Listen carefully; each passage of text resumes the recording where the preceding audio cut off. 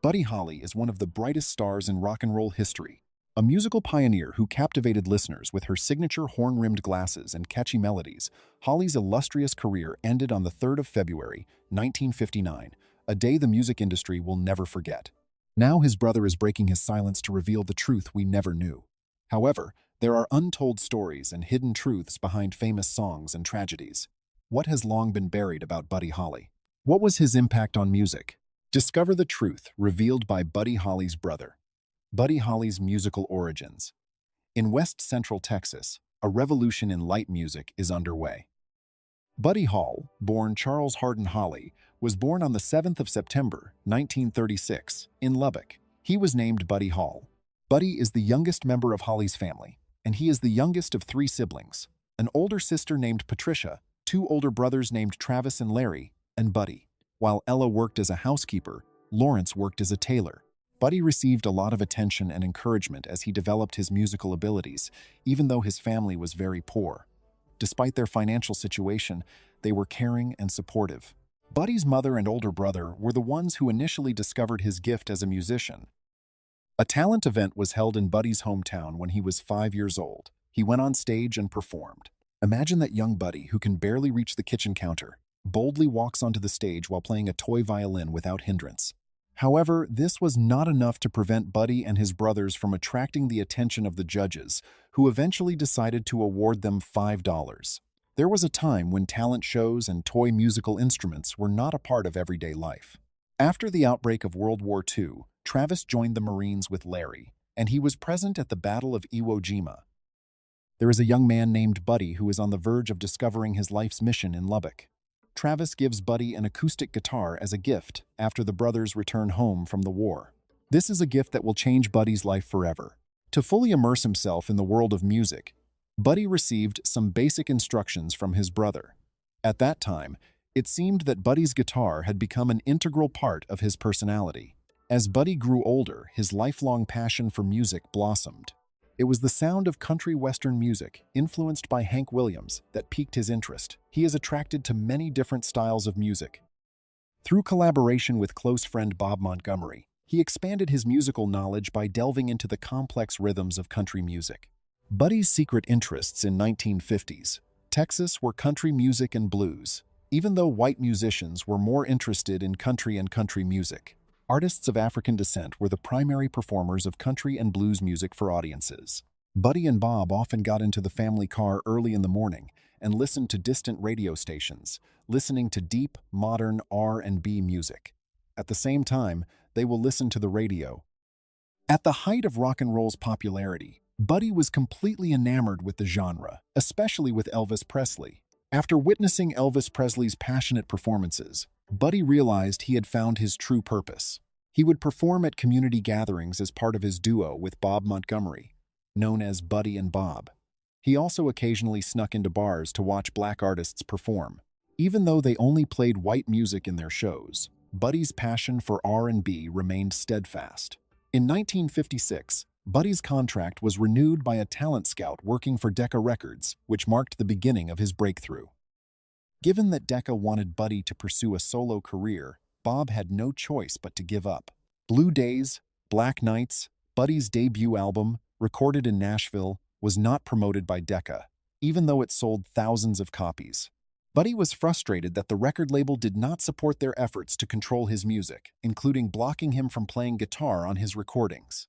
Instead of being constrained by restrictions, Buddy and his band decided to record independently in a studio owned by Norman Petty in Clovis, New Mexico for their album.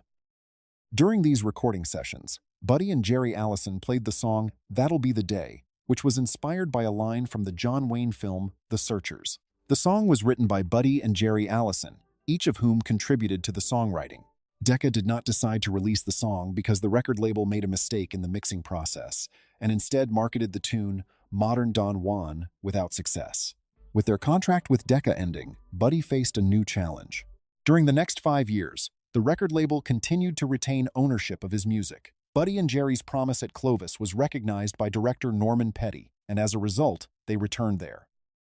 In exchange for 50% of sales, Petty agreed to supervise local DJs playing Buddy's songs and used his connections to do this voluntarily. After changing his band's name to the Crickets and using his first and middle names, Charles Hardin, Buddy would go on to release an album titled That'll Be the Day. Buddy, who was influenced by the R&B group The Spiders, considered naming the band The Beatles. However, he ultimately decided that this was an unrealistic option. On the other hand, he doesn't know what the future holds. Problems were starting to surface behind the scenes of chart-topping hits and thrilling concerts. Buddy is achieving a lot of success in the music industry. At the same time, he is smiling for the camera and singing his heart out while performing on stage. What secret enemy did he fight against? When Buddy Holly released his first album in the summer of 1958, he was a young man with big goals and an even bigger buzz than he had at the time. Even though he only had a few hits, he didn't make much money. On the other hand, Buddy is not motivated to gain money. Rather, he is enthusiastic about music. To accomplish his goal of producing something truly spectacular, he teamed up with Norman Petty for more recording time. The song I'm Going to Love You Too was recorded by the Crickets during one of these sessions. However, Buddy was working on another tune, which was a slower song with a developing Latin rhythm. This song would become one of his most famous tunes. The problem only occurred because drummer Jerry had difficulty keeping up with the tempo. In his role as a pusher, Buddy successfully struck a deal with Jerry. Buddy would give him credit as a songwriter if he could create the song in one take and record it well. The fact that the song is named after Peggy Sue Gerron, Jerry's girlfriend at the time, presents even another intriguing twist. And just like that, Peggy Sue was born, and it was destined to become one of the songs Buddy ever recorded that was most beloved by fans. After successfully selling over 50,000 copies of That'll Be the Day, Buddy and the Crickets were set to embark on an East Coast tour. However, the tour was not planned. Rather, it was an accident that happened. It was initially anticipated that the tour organizers would book the Crows, but they decided to book Buddy and his Texas quartet instead. There was a white boy band from Texas that performed at all-black clubs in New York City, Washington, the District of Columbia, and Baltimore. They opened for R&B performers and became known for their performances. During the first few evenings, the reception was quite warm, which made things difficult. Buddy decided to make things more interesting on Tuesday night. It was with blues guitarist Bo Diddley's rousing performance that he announced himself on stage. The sudden change came as a surprise. After that point, Buddy and the Crickets had no problem winning over audiences of all races, as evidenced by That'll Be the Day's rapid climb up the charts. This is the case because of the music of the song. Buddy and the Crickets received attention due to their success, but problems began to arise as soon as Buddy took over. At some point, Buddy's rhythm guitarist, Nick Sullivan, decided to leave the band. Besides being unable to stand Jerry, he was also frustrated with the never-ending touring schedule. Half of Cricket's profits went to Sullivan when he went to Norman Petty to collect the band's income. Sullivan co-wrote the song. To have an additional source of income, he took advantage of the revenue the band was already making. 40% of the income they requested to be given to their church did not materialize, which not only made things more difficult, but also made things more difficult. On the other hand, Buddy did not immediately cut paths with Petty despite the discoveries that were about to take place. Maybe he was so focused on his music that he didn't give much thought to the financial aspect of the situation, or he hoped everything would work out. During the tour that Jerry Lee Lewis and Paul Anka took in Hawaii and Australia in early 1958, tensions reached an unbearable level. On the other hand, Petty was unhappy with the fact that tour management wanted the Crickets to be the opening acts. On the other hand, Buddy is the type of person who always considers everything, agreeing to their requests in exchange for a higher income. As soon as Jerry announced he was marrying Peggy Sue, Norman Petty suggested firing the drummer. He was concerned that a married pop star might lose his appeal to fans. However, Buddy won't agree to that. Given that he was married, he responded by suggesting that perhaps Petty should be the one to get out of the relationship, since he was married. Yet, despite all the strife going on behind the scenes, Buddy and the Crickets are about to embark on one of the most important tours in popular music history.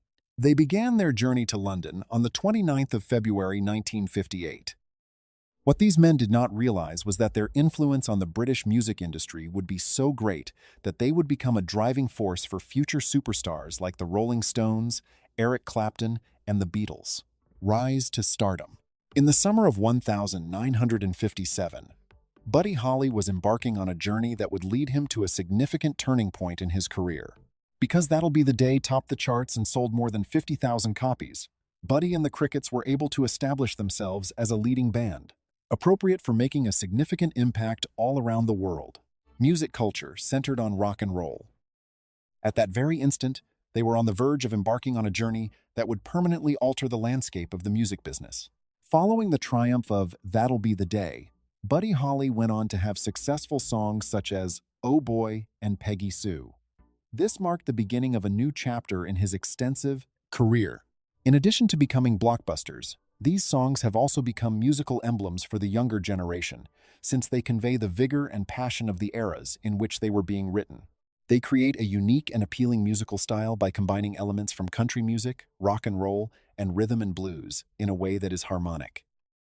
This kind of music keeps listeners hooked. Buddy was able to establish himself as a significant figure in the annals of rock and roll history because of his musical ingenuity.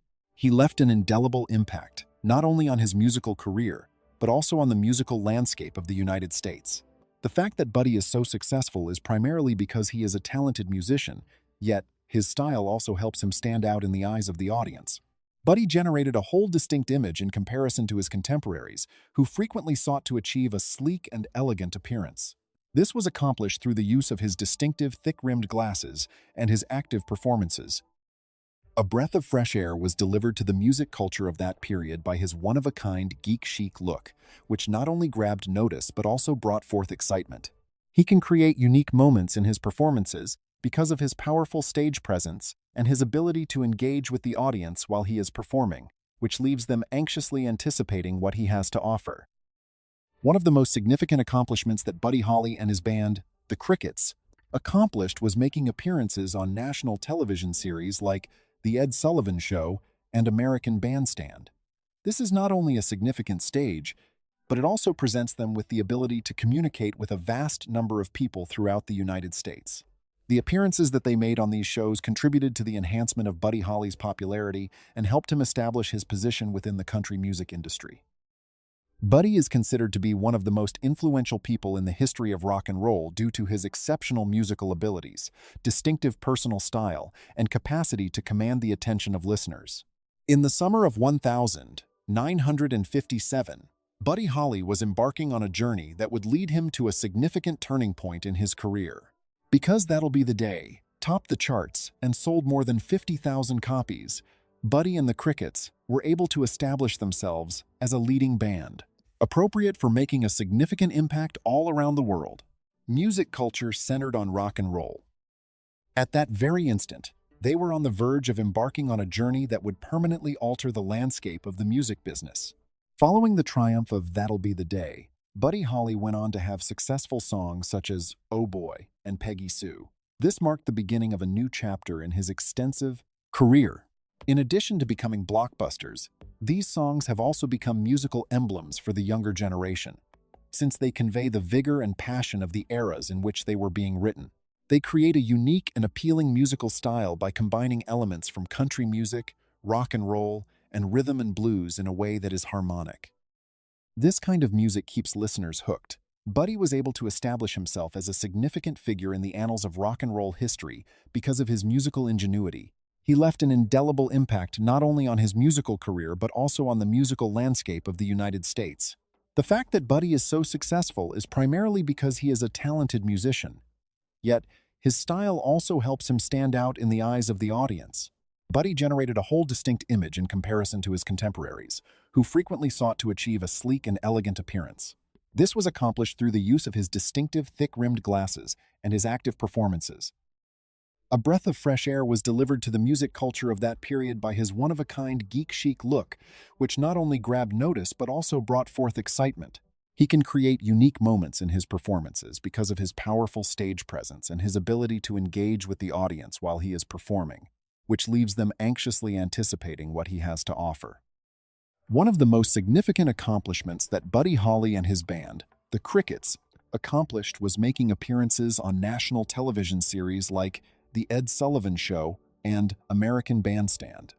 This is not only a significant stage, but it also presents them with the ability to communicate with a vast number of people throughout the United States. The appearances that they made on these shows contributed to the enhancement of Buddy Holly's popularity and helped him establish his position within the country music industry. Buddy is considered to be one of the most influential people in the history of rock and roll due to his exceptional musical abilities, distinctive personal style, and capacity to command the attention of listeners. Suddenly, Buddy became a household name, attracting young audiences across America, although his parents were confused by his fame. Buddy is more than just an entertainer. Since he writes the majority of his songs, he brings a fresh and unique approach to his musical compositions. By creatively combining elements of country, rock, rhythm, and blues, his compositions, such as Rave On and Maybe Baby, touch the hearts of young listeners. Buddy's lyrics are very relatable because they speak directly to the experiences of young people. His stage presence is dynamic, and he can establish a personal relationship with each audience member, even in large stadiums. During the London trip, Buddy's confidence grew. To expand the boundaries of rock and roll, he experimented with new sounds and dreamed of incorporating orchestras into his music. Tensions grew between him and his manager, Norman Petty, even though his success continued to increase. As the London tour ends, Buddy Holly finds himself at a crossroads. He has achieved hit records, passionate fans, and growing international fame. He has achieved extraordinary success. While this was true, he also had a vision of the future that required him to have a greater degree of control over his artistic, professional, and financial path. Long shadows are dimmed by the glare of fame as Buddy Holly's career continues its rapid ascent. The ongoing story behind the chart-topping tunes and electric performances is more complicated than one might think. During the time Buddy was smiling in front of the camera and singing his heart out on stage, what secret conflicts was he facing inside? Continue searching. The untold story of Buddy Holly. While the world was captivated by Buddy Holly's catchy tunes and quirky charm, chaos was brewing behind the scenes. Buddy's journey is no exception. The road to stardom is rarely smooth. A chance encounter with Maria Elena Santiago, the receptionist at Buddy's music publishing office in New York City, brought an unforeseen change to Buddy's life in June 1958. It was love at first sight. Maria Elena, born in Puerto Rico and living with her aunt, had never dated before in her life. Her aunt warned her against becoming a musician, but Buddy's charm proved irresistible. Their relationship progresses quickly. Maria Elena was introduced to Buddy's parents in New York just a week after the couple went on their first date. 2 weeks later, they got married. When they first got married, the newlyweds planned to settle in Lubbock, Texas, Buddy's hometown. On the other hand, Maria Elena found Lubbock to be an unfriendly environment due to widespread discrimination and prejudice.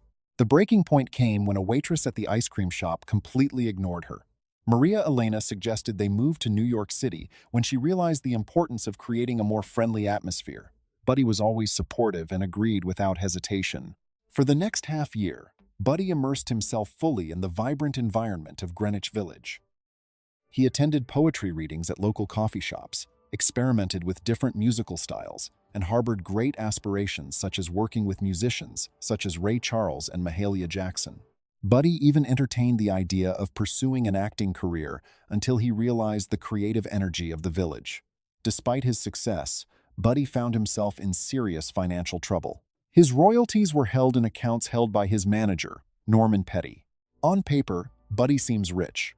However, in reality, he is having financial difficulties. When Buddy and Maria confronted Petty about his finances, it was late October 1958.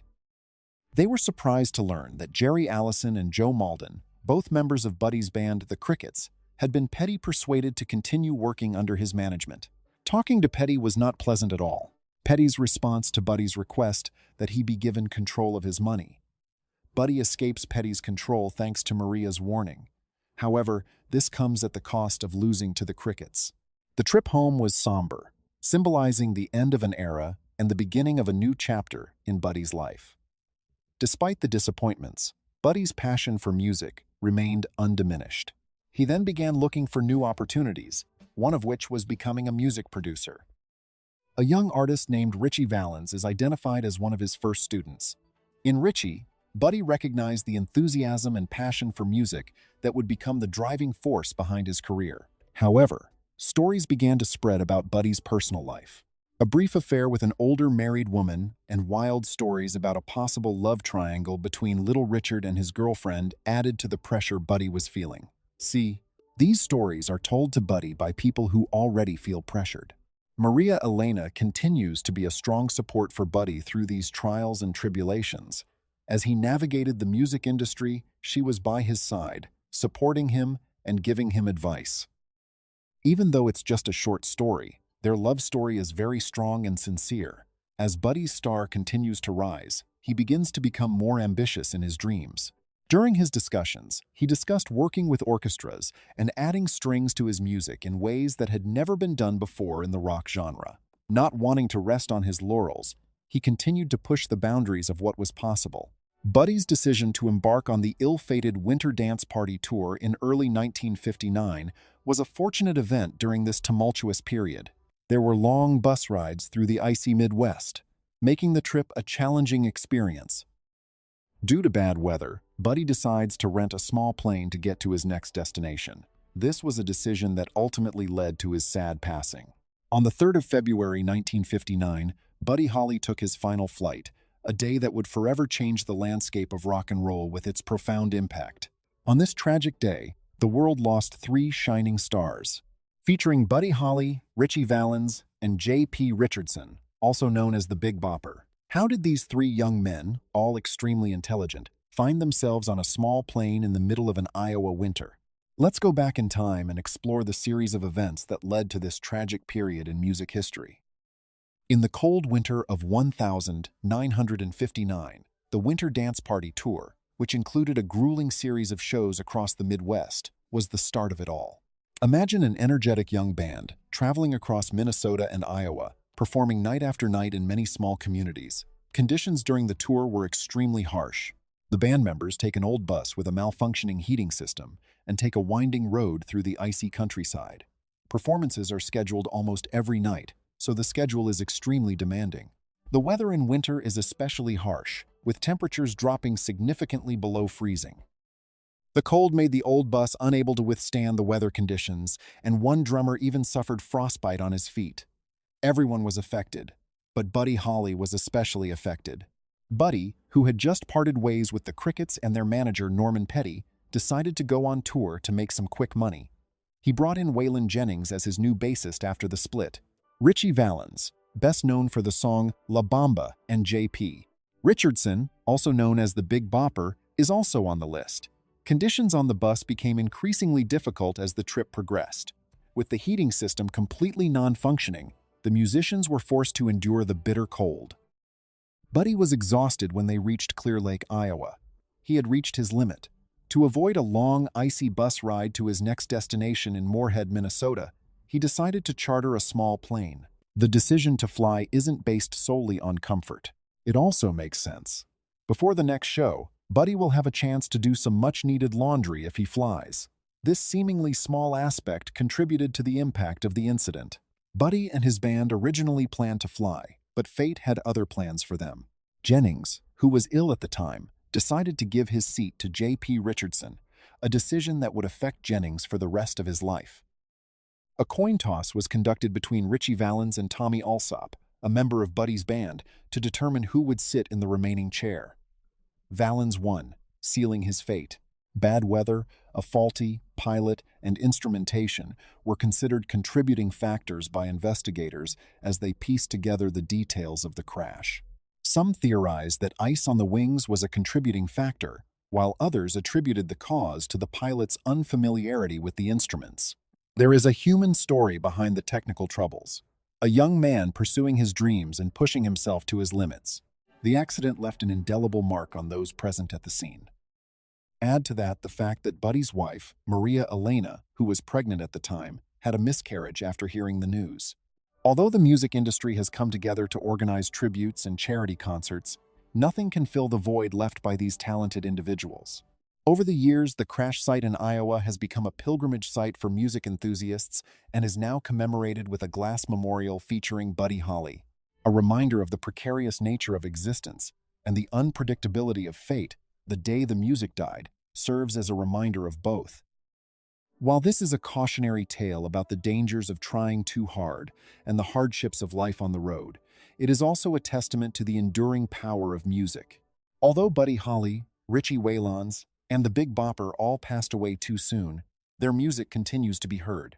Their influence can be seen in so many musicians, ensuring that music never truly disappears but instead takes on new forms as others inspired by them continue to play. Development. We are reminded of the price of fame, the dangers of it, the path, and the impact of individuals who courageously pursued their ambitions as we reflect. Although three remarkable voices were lost that day, it also ensures that they will never be forgotten. A whole new chapter in rock and roll history began to take shape as the immediate dust settled. Buddy Holly's sudden passing became an unexpected impetus for the creation of a lasting legacy. What was it about Buddy Holly's tragic passing that transformed him from a rising star into a music icon that will live on forever? Let's explore. Buddy Holly's lasting impact. The international music industry was in a state of panic immediately after the tragedy. The music business faces the loss of Buddy Holly, Richie W., Valens, and the Big Bopper. Fans expressed their grief, and other performers paid tribute to the deceased. On the other hand, after the initial shock passed, Buddy's music began to take on new life. A significant contributor to the preservation of Buddy's legacy was Maria Elena Holly. Maria Elena is forced to face her grief after suffering a miscarriage shortly after Buddy's passing. At the same time, she was given an unexpected role. She recognized the need to preserve and promote his work, and she used her unique perspective to communicate Buddy's thoughts, aspirations, and career goals to the back of the world. Maria Elena has played an important role in preserving Buddy's legacy by ensuring that his music is used respectfully and protecting his intellectual property. She helped found the Buddy Holly Educational Foundation in 2010 to provide financial support to aspiring musicians and preserve Buddy's pioneering spirit for future generations. While this was happening, Buddy's impact was felt throughout the music industry. When they were still in their early stages, the Beatles, who were big fans of Buddy's music, covered some of his tunes. Paul McCartney later purchased the publishing rights to Buddy's collection, ensuring that his music would continue to be celebrated. In addition to his contemporaries, Buddy also influenced the world. His unique approach to composing and performing has been an inspiration to many generations of young musicians. Several musicians, including Bob Dylan, the Rolling Stones, Elto, John, and Bruce Springsteen, have cited Buddy as an inspiration for their work. The quality of Buddy's songs, along with his innovative approach to songwriting, is a key factor in the longevity of his music. A pioneer in rock music, he was one of the first musicians to write his songs, laying the foundation for the singer-songwriter movement. His use of innovative recording techniques, such as double vocals, has had a significant impact on music production for decades. Because of the high demand for Holly's recordings, and because Holly recorded at such a rate, his record label was able to release new Holly albums and singles, and this continued for the next 10 years.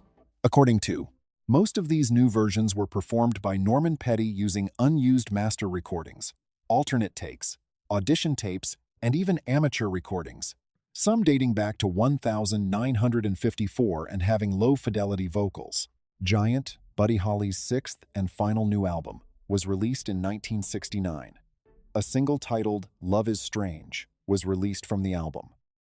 According to Encyclopedia Britannica, Holly is responsible for some of the most important and distinctive works in the rock genre. According to AllMusic, he was the most important creative force associated with the early stages of rock and roll. Rolling Stone ranked him 13th on its list of the 100 greatest artists of all time. Several publications, including The Telegraph, have called him a pioneer and revolutionary. He was a multifaceted talent who co-wrote and performed songs that remain powerful and relevant today. On Rolling Stone's 2023 list of the 200 greatest singers of all time, Holly ranked 8th. It was Buddy's image that became famous. Previously, his thick-rimmed glasses were considered a weakness. However, they have since become a sign of his sincerity. At a time when his image is increasingly refined, Buddy's casual appearance resonates with both fans and artists. Over time, Buddy's legacy continued to expand. His induction into the Rock and Roll Hall of Fame in 1986 was one of the first artists to be so honored. A celebration of his life and work was held at the Buddy Holly Center, established in his hometown of Lubbock, Texas, to honor his legacy. To this day, Buddy's music continues to resonate with new audiences, each new generation discovering that his songs have a timeless quality. Buddy demonstrates a desire to fight for creative control over his work by pushing boundaries in both the musical realm and the realm of social interaction. Ultimately, the legacy that Buddy Holly left behind is amazing because of its ability to grow and progress. Despite his short career, he became an influential figure across generations and genres. Buddy's music, spirit, and influence on rock and roll will live on despite his untimely passing. There is a living legacy that continues to impact the way we produce music, play music, and experience music. When we honor Buddy's life and work, we are experiencing this legacy. There is never a real end to music. In the more than 60 years that have passed since that fateful night in Iowa, it has taken on new life, continuing to resonate and inspire. We appreciate your viewing. Remember to give this video a like, leave a comment, and subscribe to our channel so you can see more videos like this. If you click on the video currently playing on the screen, you can watch another interesting video.